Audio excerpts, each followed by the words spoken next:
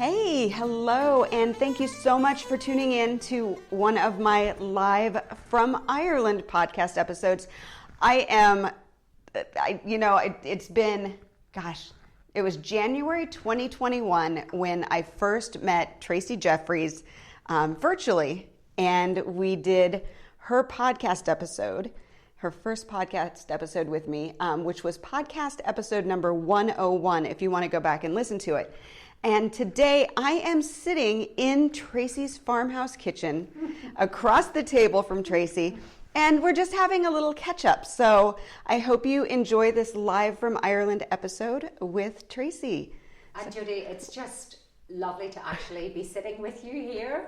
Can I just say as well, from the last podcast, and I forgot to say it earlier, but the number of people who came here and said, I've listened to Jody's podcast. Yay! I love hearing that. Yeah, and I'm here and I'm like, wow, that's amazing. So I just want to say that because that's important. You know, that is, I love hearing that it actually, like it works, right? It's one of those things. And when I started the podcast, my whole goal was to introduce my listeners to the people that they could see and meet and interact with, spend time with in Ireland. And like, there's no money changing hands between us in any way, shape, or form. I just wanted to really help people all the way around, which probably makes me a very poor business person in all honesty.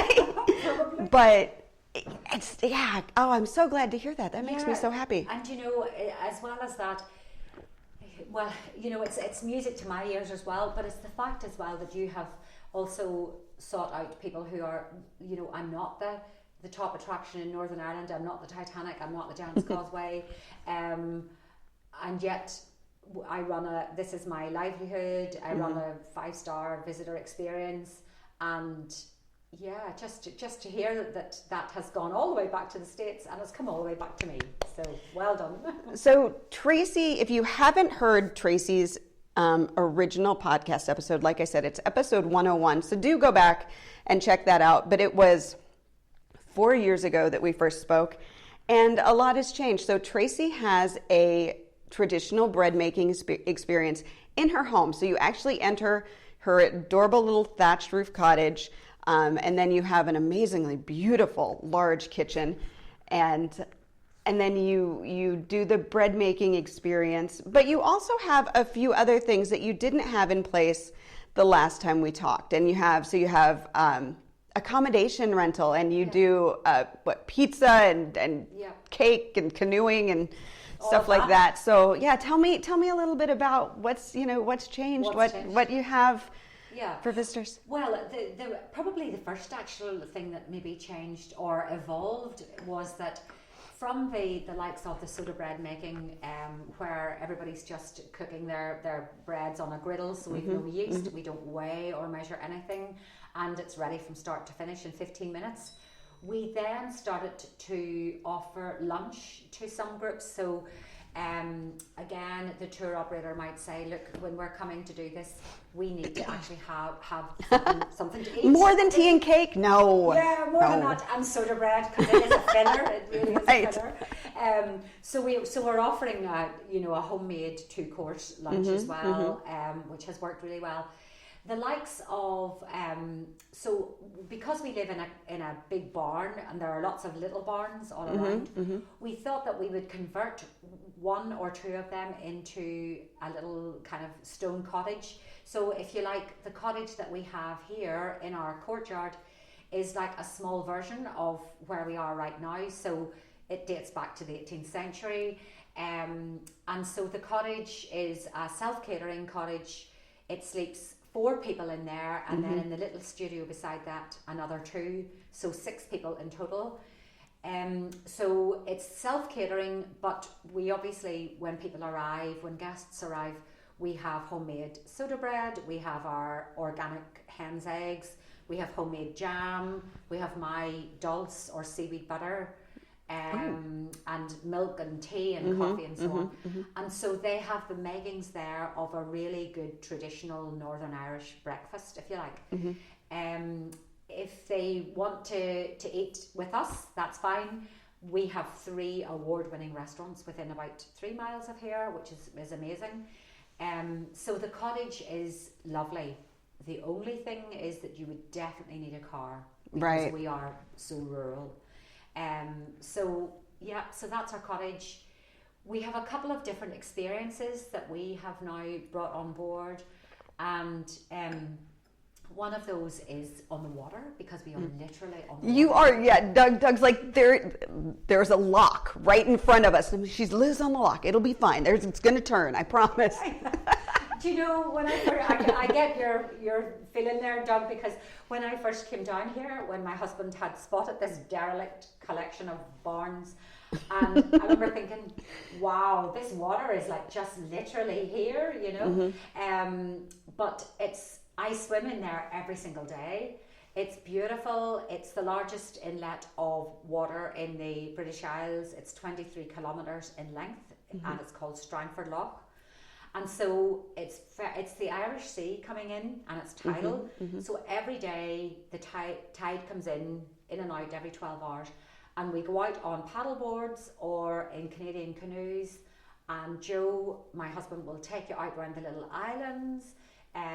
This is a marine nature reserve, so you'll see all sorts of unusual birds and so on. And then come back here.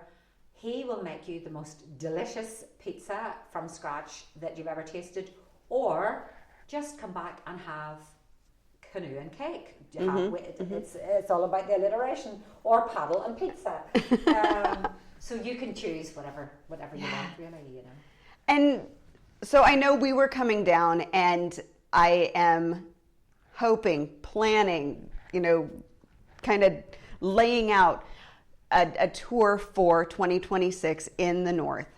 And I was like, how are they getting, you know, how many people can come in for one of these experiences? Because I was like, I don't know if I can get somebody to drive a 16-seater down here, but you said you've had big coach buses come in here. So large groups can come and join you. Yeah, 100%, Jody. And it's funny because I've actually taken videos of these coaches just to prove to people, because like you, they're saying, because the last stretch of road, which is maybe less than a quarter of a kilometre, is narrow, but we've had 52 seaters here. And then when they get to the bay, I think we took the long way around or the wrong way around or something, because there were some of those roads that were like, you know, that's possible actually, because there is, when you're leaving, I'll show you, there is literally one tiny stretch where it's narrow. But then we came off down, so we came down over here onto the, and then, okay. That probably would be right. Okay. Probably to us that doesn't seem so narrow, but to you, maybe that's it. What? But once they get down onto the bay, then you can easily turn there and get themselves facing the right direction. And then from the bay to here, it's about 1 minute of a walk, really. So it just, you're definitely well removed from all the hustle and bustle. Definitely. And we're only half an hour from Belfast. So literally half an hour outside of the city centre, and you're in a different world. It really is. It is so peaceful and quiet. And like you said, the lock is right out the door.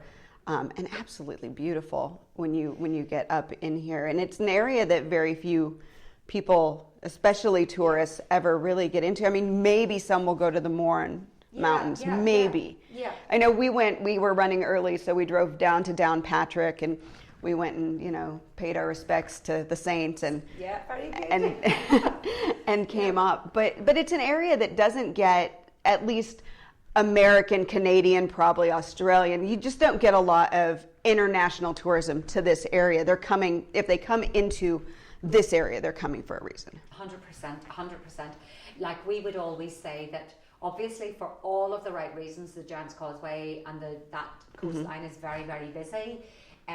But it's nearly an awful thing to say, but we call this a hidden gem, because like I can safely say to tourists or to visitors, you'll probably not see another coach on these roads.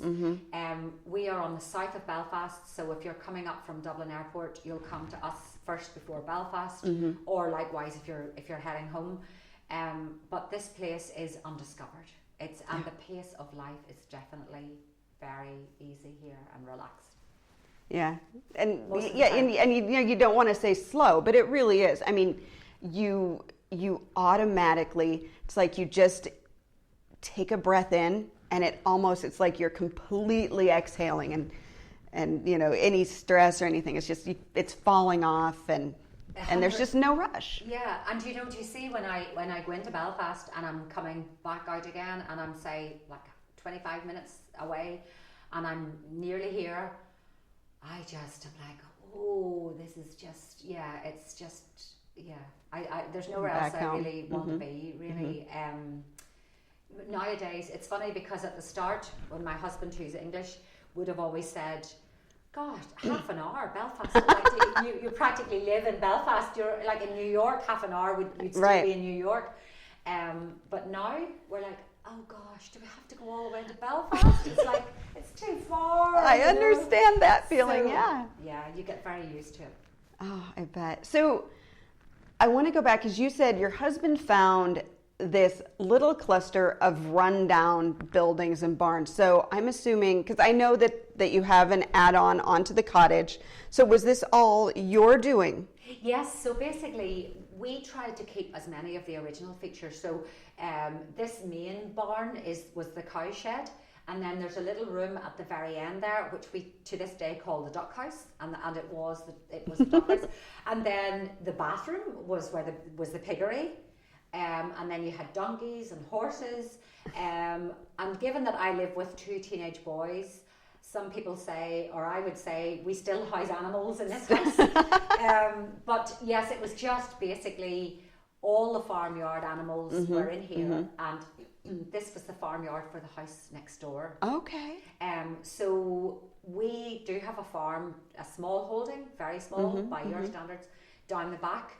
And that has afforded us the opportunity to live off the land. So we have our own beef and our own lamb. We have our eggs from the hens. We have ducks. We have goats, and the food waste that we have goes to them. They provide the eggs or the goat's cheese or whatever it might be, and so we just kind of live as sustainably really as we can here. Just nearly by default. We're not trying to tick boxes for sustainability, but we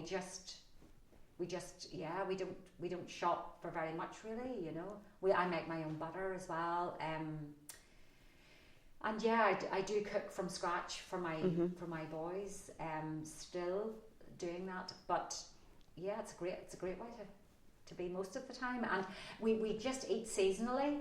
So for example, at the minute in the fields surrounding here, we have a local farmer who grows his own vegetables. So at the minute we've got broccoli, there's cauliflower, there are leeks, there's cavolo nero, there's kale. So whatever vegetables there are, Joe will just pull those out, and then we just cook with those, So I mean, to be honest, that's the way I was raised. I grew up on a farm, and my mom would maybe go to the grocery store once a month, because it was half an hour away, and we raised pigs. My grandparents raised dairy cattle, and I mean, I can remember saying to my mom, "Really, we're having steak again?" I'm so I know, isn't that awful? Goodness. Isn't that brilliant? But it's just one of those. The pace is different. The way of life is different when you're rural. And I mean, there are days Doug can tell you. I'll say, I just wish we lived someplace where I had some land. The most I can do is a little container type, raised garden bed or anything where we're at now. And it's funny because I didn't really set out to, it was really probably more down to Joe kind of wanting to get a few animals, and for us, and I suppose it's easy for us to do that here because it's like there's only, 5 million people in the island of Ireland in its entirety. We are just surrounded by fields. We have all that space, and for all the right reasons, we have loads of rain. So we get great dairy product. Our cows are eating like really good quality, good stuff, good grass to provide good milk. Right. So we're lucky. we probably don't realise how lucky we are. My kids certainly don't realise. Right. Here's the irony. You'll be disgusted when you hear this, but my 2 boys do not eat soda bread. They only eat Wonder Bread. Oh my goodness. Yeah, Wonder Bread. I mean, that's it. I can remember my mom would make bread, and I'd be like, I can't take that to school. You can't make me a sandwich with that. And she was so angry with me. But looking back, I mean, how much do you not know when you're a kid? Oh, wow. My goodness, unbelievable. I mean, my 2, everybody keeps saying they'll come round, but at the minute, if I don't have bagels or Wonder Bread, Nutella, Philadelphia, then I'm the worst mother in the world. So the pigs end up eating it. Oh my goodness sakes. That is crazy. So we got off topic because I have a tendency to do that when I'm just chatting. So you have the bread making experience. You will cater large groups with a light luncheon before the bread making experience. But I know you'll do like an afternoon tea type bread making experience too, which is a little more involved, right? Yeah, that's right. So if guests want to say maybe not have a lunch as such, or they maybe have had something to eat recently, and this is where I just love doing sweet things, and so our afternoon teas, unlike, I have to say, going into a hotel where you'll get lots of like luminous colours and all sorts, our afternoon tea is very much traditional Northern Irish food, and sweet treats that are just made here, sourcing ingredients from here. So the likes of our scones, or we have what we call apple dreams, I think they're called, and so it's basically like a lovely crumbly pastry with some softened apples and some of our double cream here. We do we have a lemon posset. We do different things. So we do probably about 4 or 5 savoury little bites, and then 4 or 5 sweet. And guests are totally welcome to come up and help me make some of these things, or they can watch, whichever they choose. Yeah. And it's meant to be very relaxed. As I say to everybody coming in here, just make yourselves at home. If you feel like going in and lying on the sofa, which did happen once, and you fall asleep. And actually the coach that time left without the girl who was lying sleeping on the sofa. And then they should have done a head count, but anyway, they then realised. Oh my goodness. But yeah, just relax. That's the most important thing, So make yourselves at home. So much fun. And for those who would love the taste of the traditional soda bread and wheaten as well, or no? Wheaten, just the soda. Yes, well, they can do whatever amount of time they have. So they can do wheaten, which is basically made the same way, but instead of that, instead of the plain all-purpose flour, you have a wholemeal flour. Okay. So there's the option to do either or both. Okay. The soda bread is probably the one that surprises especially Americans the most, because it's your plain all-purpose flour, a level teaspoon of bicarb of soda per handful of flour, and then just pour in your buttermilk until it's a big lump of dough in your bowl that you clean your bowl with. Tip it out on the table. Don't knead it, don't knock it back, don't work it, just shape it, tuck it in, shape it, flatten it out into a circle, cut it into 4 farls, as we call them, or 4 quarters, put it onto your griddle or your cast iron skillet or your frying pan, 4 minutes each side, and 30 seconds to seal it on the sides, and that's it. Wow. So again, everybody's so surprised. They're like, what? That's it? And I'm like, yeah. I could make this at home. You could, yeah. I was going to say, speaking of making it at home, if anybody is interested in making this at home, you have actually online tutorials and stuff too, don't you? Yeah, we do indeed, Jody. So we have an online, on my website, traceysfarmhousekitchen.com, you can do the bread making with me. And we're hopefully very soon we'll have our bread mixes, which we sell here in the house. But there'll be a little code there where you can actually watch me making it online as you do it yourself. basically. So yes, that's something that hopefully we... And I mean, and none of the ingredients are too rare. I mean, I could go into the grocery store at home, pick up everything I needed, and do your online course and have some of this beautiful bread every day. 100%. And can I tell you, as a visitor said to me once, in the time it would take for her to go to the shop here in Northern Ireland to buy the soda bread, it's ready. It's done in about so fast. 10 minutes, 15 at the very outside. So it's just, you could eat it every day. And I do have lots of lovely Americans who send me pictures frequently. Making it Look home. what I made, So sweet. Yeah, it's brilliant. I love to see that.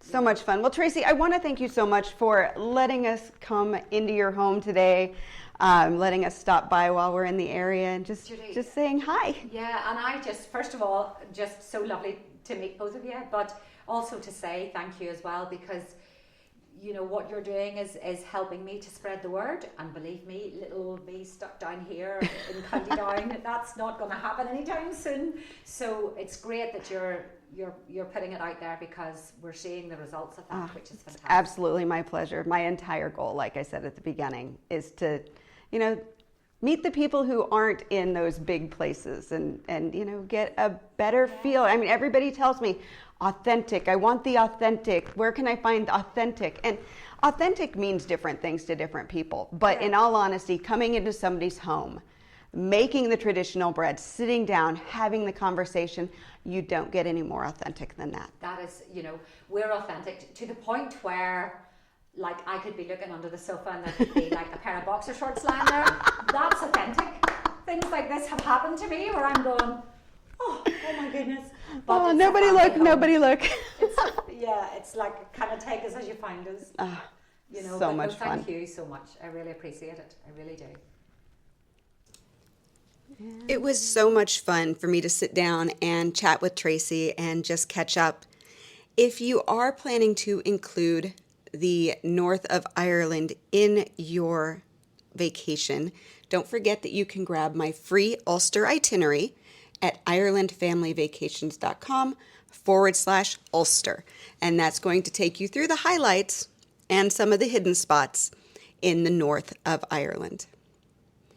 If you want to listen to Tracey's first chat with me, that is episode 101.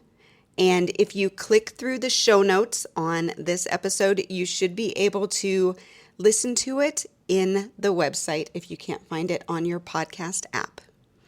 Thanks so much for listening to this live episode from Ireland. And until next time, slán go fóill.